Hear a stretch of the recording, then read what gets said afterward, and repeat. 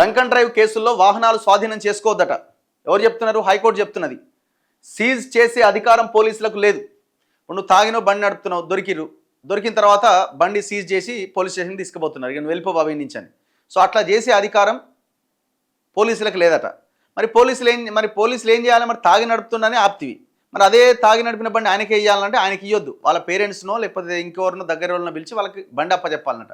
ఒకవేళ కనుక వాళ్ళు ఎవరు రాకపోతే అప్పటికి ఆయన ఎంతసేపు ఉంటారు? గంట 2 గంటలు ఉంటారు కదా, వాళ్ళు టార్గెట్ రీచ్ అవ్వాలి కదా. ఇవాళ పెట్టుకున్న 50 డ్రంక్ అండ్ డ్రైవ్ కేసులు ఇవాళ గంటలో దొరికితే గంటలు వెళ్ళిపోతారు. వాళ్ళకి డ్రంక్ అండ్ డ్రైవ్లో ప్రజలు తాగొద్దు, తాగి నడపొద్దు, వాళ్ళ అవగాహన రావాలన్నది కాదు, ఎన్ని వసూలు చేసామన్నది ఇంపార్టెంట్ కదా ట్రాఫిక్ వాళ్ళకి.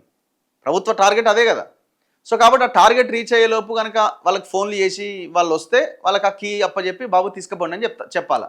లేదంటే సురక్షితంగా వెహికల్ని తీసుకుపోయి పోలీస్ స్టేషన్ తీసుకుపోవాలన్నట.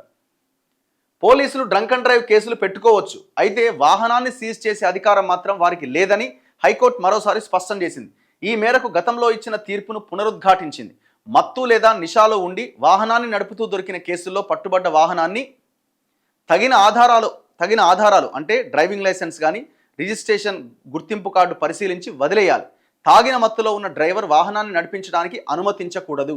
ఆ వ్యక్తితో మత్తు లేని లైసెన్స్ కలిగిన ఇతర వ్యక్తులు కనుక పక్కనే ఉంటే వారికి ఆ వాహనాన్ని అప్పగించాలి. తాగిన వ్యక్తి తప్ప ఇతరులెవరూ లేకపోతే ఆ వ్యక్తి బంధువులు లేదా స్నేహితులను పిలిచి వారికి అప్పచెప్పాలి.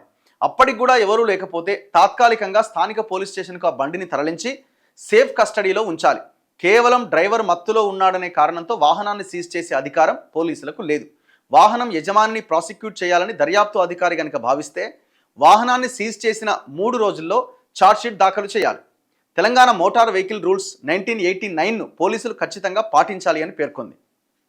ఇంకా ఈ డ్రంక్ అండ్ డ్రైవ్ ఒక ఎత్తు అయితే చలాన్ కట్టలేదని చెప్పి జర్ర ముందుకు పోగానే బండికి సిట్ట తీసుకొని జోలు వేసుకునే బ్యాచ్ ఉన్నది.